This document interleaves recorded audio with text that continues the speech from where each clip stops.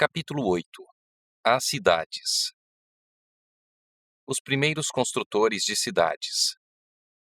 Recebendo a maldição de Deus, Caim se retirou da casa do pai. Escolheu a princípio para si a ocupação de cultivador do solo, e então fundou uma cidade, chamando-a pelo nome de seu filho mais velho. Havia saído da presença do Senhor, rejeitado a promessa do Éden restaurado, a fim de buscar suas posses e alegrias na terra sob a maldição do pecado, ficando assim à frente daquele grande grupo de pessoas que adoram o Deus deste mundo. Durante algum tempo, os descendentes de Noé continuaram habitando entre as montanhas onde a arca havia repousado. Aumentando seu número, a apostasia logo determinou a divisão. Aqueles que desejavam se esquecer de seu Criador e se afastar das restrições de sua lei sentiam um incômodo constante pelo ensino e exemplos de seus companheiros tementes a Deus. E depois de algum tempo, resolveram se separar dos adoradores de Deus. Portanto, viajaram para a planície de Sinear, nas margens do rio Eufrates. Ali resolveram edificar uma cidade, e nela uma torre de altura tão estupenda que havia de torná-la uma maravilha do mundo. As cidades são viveiros de imoralidade. A busca de prazeres e divertimentos se centraliza nas cidades. Muitos pais que escolhem um lar na cidade para os filhos, pensando dar-lhes maiores vantagens, são desapontados. Mais tarde demais se arrependem de seu terrível erro. As cidades de nosso tempo tornam-se depressa como Sodoma e Gomorra. Os muitos feriados levam à ociosidade. Os divertimentos, o teatro, corridas de cavalo, jogos, as bebidas alcoólicas, banquetes e orgias estimulam ao extremo todos os desejos. A juventude é arrastada pela corrente popular. Foi-me revelado que as cidades se encherão de confusão, violência e crime, e que essas coisas se intensificarão até o fim da história da Terra. Em todo o mundo, as cidades estão se tornando viveiros de imoralidade. Por toda parte se vê e ouve o que é mal, e encontram-se coisas que estimulam a sensualidade e o desregramento. Juízos que sobrevêm às cidades. Terríveis abalos sobrevirão à terra, e os palácios luxuosos construídos à custa de enormes despesas certamente se transformarão em montoões de ruínas. Quando é retirada a mão de Deus que restringe, o destruidor começa sua obra. Então ocorrerão as maiores calamidades em nossas cidades. O Senhor faz advertências aos habitantes da terra, como no incêndio de Chicago e nos de Melbourne, Londres e Nova York. O fim está perto, e cada cidade será transtornada de todos os modos. Haverá confusão em todas as cidades. Tudo que puder ser abalado há de ser abalado, e não sabemos o que virá em seguida. Os juízos serão de acordo com a iniquidade das pessoas e à luz da verdade que elas tiveram. Quem dera que o povo de Deus tivesse uma ideia da iminente destruição de milhares de cidades, agora quase dominadas pela idolatria. Está próximo o tempo em que grandes cidades serão destruídas, e todos devem ser advertidos desses juízos vindouros. Edifícios à prova de fogo ficarão em cinzas. Vi as mais caras estruturas de edifícios construídos e que se acreditava serem à prova de fogo. E assim como Sodoma pereceu nas chamas da vingança de Deus, essas construções suntuosas também se transformarão em cinzas. Os monumentos da grandeza humana de que os homens se vangloriam serão reduzidos a pó, mesmo antes que sobrevenha ao mundo a última grande destruição. Deus está retirando seu espírito das cidades ímpias, as quais se tornaram como as cidades do mundo antediluviano e como Sodoma e Gomorra. Mansões caríssimas, maravilhas da habilidade arquitetônica, serão destruídas de um momento para o outro, quando o Senhor vir que os proprietários excederam os limites do perdão. A destruição pelas chamas de majestosos edifícios, que se presumia serem à prova de fogo, é um exemplo de como, em pouco tempo, a arquitetura da terra ficará em ruínas.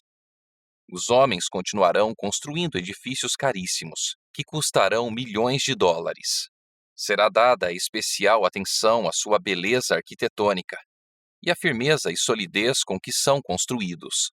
Mas o Senhor me informou que, apesar da extraordinária firmeza em materiais caros, esses edifícios terão o mesmo fim que o Templo de Jerusalém. Cidade de Nova York. Deus não tem executado sua ira sem misericórdia. Sua mão ainda está estendida. Sua mensagem precisa ser transmitida na grande Nova York. Deve ser mostrado ao povo como é possível para Deus, com um simples toque de sua mão, destruir os bens que eles acumularam para o último grande dia. Não tenho luz especial a respeito do que sobrevirá a Nova York, mas sei que um dia os grandes edifícios que estão ali serão demolidos pela ação construtiva e destrutiva do poder de Deus. A morte chegará a todos os lugares. É por isso que estou tão ansiosa de que nossas cidades sejam advertidas. Certa ocasião, quando estava na cidade de Nova York, fui convidada à noite para contemplar os edifícios que se erguiam, andar sobre andar para o céu. Era garantido que esses edifícios seriam à prova de fogo e haviam sido construídos para glorificar seus proprietários e construtores. A cena que em seguida passou diante de mim foi um alarme de incêndio. Os homens olhavam para os edifícios altos, supostamente à prova de fogo, e diziam: estão perfeitamente seguros. Mas esses edifícios foram consumidos como se fossem feitos de piche. Os aparelhos contra incêndios nada podiam fazer para deter a destruição. Os bombeiros não conseguiam fazer funcionar as máquinas. Chicago e Los Angeles. Cenas que logo ocorreriam em Chicago e outras grandes cidades também passaram diante de mim. Com o aumento da iniquidade e a retirada do poder protetor de Deus, houve tempestades e ventos destruidores. Edifícios foram destruídos pelo fogo e arrasados por terremotos. Algum tempo depois disso, foi-me mostrado que a visão dos edifícios em Chicago e o ônus sobre os recursos do povo para erigi-los e sua destruição eram uma lição prática para todos nós, advertindo-nos de que não devemos investir predominantemente nossos recursos em propriedades na cidade de Chicago ou em alguma outra cidade, a não ser que a providência divina abra o caminho e indique claramente o dever de construir ou comprar, por ser necessário para a transmissão da mensagem de advertência. Foi feita uma admoestação similar com relação a construir em Los Angeles. Repetidas vezes tenho sido avisada de que não devemos aplicar recursos na construção de edifícios caros nas cidades. São Francisco e Oakland. São Francisco e Oakland estão se tornando como Sodoma e Gomorra, e o Senhor irá puni-las. Não está longe o tempo em que elas sofrerão os seus juízos.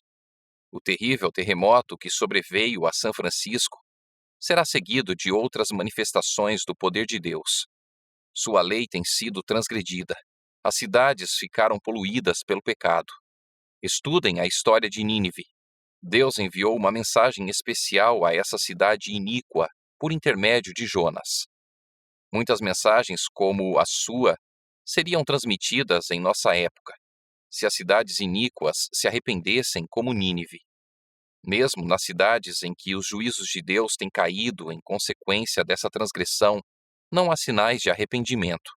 Os bares ainda estão abertos, e muitas tentações são mantidas diante do povo. Outras cidades ímpias. Ao nos aproximarmos do fim da história terrestre, as cenas da calamidade de São Francisco se repetirão em outros lugares. Essas coisas me impressionam muito, pois sei que o dia do juízo está bem diante de nós. Os juízos que já ocorreram constituem uma advertência, mas não o fim da punição que sobrevirá às cidades ímpias. As cenas citadas em Abacuque 2, 1 a 20, Sofonias capítulo 1, verso 1 e o capítulo 3, verso 20, Zacarias 1, verso 1, capítulo 4, verso 14 e Malaquias capítulo 1, do verso 1 ao verso 4, logo serão presenciadas, assim como foram claramente descritas. Apresento essas maravilhosas declarações das Escrituras para a consideração de todos. As profecias relatadas no Antigo Testamento são a palavra do Senhor para os últimos dias e se cumprirão com tanta certeza como vimos a ruína de São Francisco. Tenho ordem de declarar a mensagem, dizendo que as cidades onde reina a transgressão, extremamente pecadoras, serão destruídas por terremotos, fogo e dilúvio. Todas as advertências de Cristo com respeito aos eventos que ocorrerão perto do fim da história terrestre estão agora se cumprindo em nossas grandes cidades. Deus está permitindo que essas coisas sejam trazidas à luz para que possam ser lidas até por quem passa correndo. A cidade de São Francisco é uma amostra do que o mundo inteiro está se tornando. O nocivo suborno, a má administração de recursos, os negócios fraudulentos entre homens que têm autoridade para soltar os culpados e condenar os inocentes. Toda essa iniquidade está enchendo outras grandes cidades da terra e tornando o mundo como ele era nos dias que precederam o dilúvio.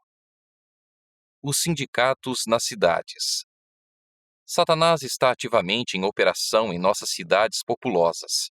Sua obra é observada na confusão, na luta e na discórdia entre o capital e o trabalho, bem como na hipocrisia que atingiu as igrejas, a concupiscência da carne, a soberba dos olhos, a ostentação do egoísmo, o abuso do poder, a crueldade e a força empregados para fazer com que as pessoas se liguem às confederações e sindicatos, atando-se em feixes para a queima do grande fogo dos últimos dias.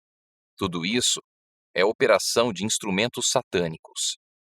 Os ímpios estão sendo atados em feixes, atados em conglomerados comerciais, em sindicatos, em confederações. Não devemos ter nada que ver com essas organizações. Deus é o nosso soberano, o nosso governador, e Ele nos convida a sair e nos afastar do mundo. Saiam do meio deles e separem-se, diz o Senhor, não toquem em coisas impuras. Se recusarmos fazer isso, se continuarmos a nos vincular ao mundo e a encarar toda a questão de um ponto de vista secular, ficaremos com o mundo. Quando métodos e ideias profanos governam nossos negócios, não podemos nos colocar sobre a elevada e santa plataforma da verdade eterna. Fonte de perturbação para os adventistas. Os sindicatos serão um dos instrumentos que trarão sobre a terra um tempo de angústia tal como nunca houve desde o princípio do mundo. Alguns homens combinarão segurar todos os meios que se possam obter em certos ramos de negócio. Formarão sindicatos, e os que a eles se recusam unir serão homens marcados. Por causa desses sindicatos e confederações, logo será muito difícil nossas instituições levarem avante seu trabalho nas cidades. Minha advertência é: conservem-se fora das cidades. Não construam sanatórios nas cidades. Bem depressa se aproxima o tempo em que o poder controlador dos sindicatos será opressivo. Muitos anseiam por luz e verdade. As cidades serão tratadas rigorosamente. Contudo, não serão castigadas com a extrema indignação de Deus, porque algumas pessoas ainda se desvincularão dos enganos do inimigo. Vão se arrepender e se converter. As trevas espirituais que cobrem o mundo inteiro estão se intensificando nos centros populacionais abarrotados. É nas cidades que os obreiros evangélicos encontram a maior persistência no erro e as maiores necessidades. Nessas mesmas cidades, os evangelistas se deparam com algumas das maiores oportunidades. Em meio às multidões que não pensam em Deus e no céu, encontram-se muitos que almejam luz e pureza de coração. Até mesmo entre os descuidados e indiferentes, a atenção de muitas pessoas pode ser atraída por uma revelação do amor de Deus pela humanidade. Intensos esforços nas cidades. Como preparação para a vinda de Nosso Senhor, Devemos realizar um amplo trabalho nas grandes cidades. Temos um solene testemunho a ser dado nesses grandes centros. A mensagem de advertência para este tempo não está sendo transmitida com empenho no grande mundo comercial. Dia após dia, os centros comerciais estão repletos de homens e mulheres que necessitam da verdade para este tempo, mas não obtêm conhecimento dos preciosos princípios da salvação, porque não são feitos esforços com empenho e perseverança, a fim de alcançar essa classe de pessoas onde elas se encontram. A mensagem do terceiro anjo deve agora ser proclamada não só em países distantes, mas também em negligenciados lugares por perto, em que há multidões não advertidas nem salvas. Nossas cidades, em toda parte, exigem cuidadoso e sincero trabalho da parte dos servos de Deus. Nem todos conseguirão deixar as cidades por enquanto. Sempre que possível, é dever dos pais estabelecer a casa da família no campo para os filhos.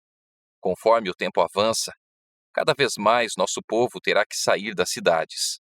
Durante anos, temos recebido a instrução de que nossos irmãos e irmãs, e especialmente as famílias que têm filhos, devem fazer planos para abandonar as cidades, conforme se abra diante deles o caminho para fazer isso. Muitos terão que trabalhar com empenho para ajudar a abrir o caminho, mas até que seja possível sair, durante todo o tempo que permanecerem ali, devem ser muito ativos em fazer trabalho missionário, por mais limitada que seja sua esfera de influência. Nossas cidades estão se tornando cada vez mais ímpias, e cada vez mais se torna evidente que os que desnecessariamente permanecem nelas fazem isso colocando em perigo sua salvação. Cidades e vilas estão mergulhadas no pecado e na corrupção moral. Entretanto, existem Lós em cada Sodoma. Escolas, igrejas e restaurantes nas cidades. Muito mais se pode fazer para salvar e educar os filhos dos que atualmente não podem sair das cidades. Essa é uma questão digna dos nossos melhores esforços.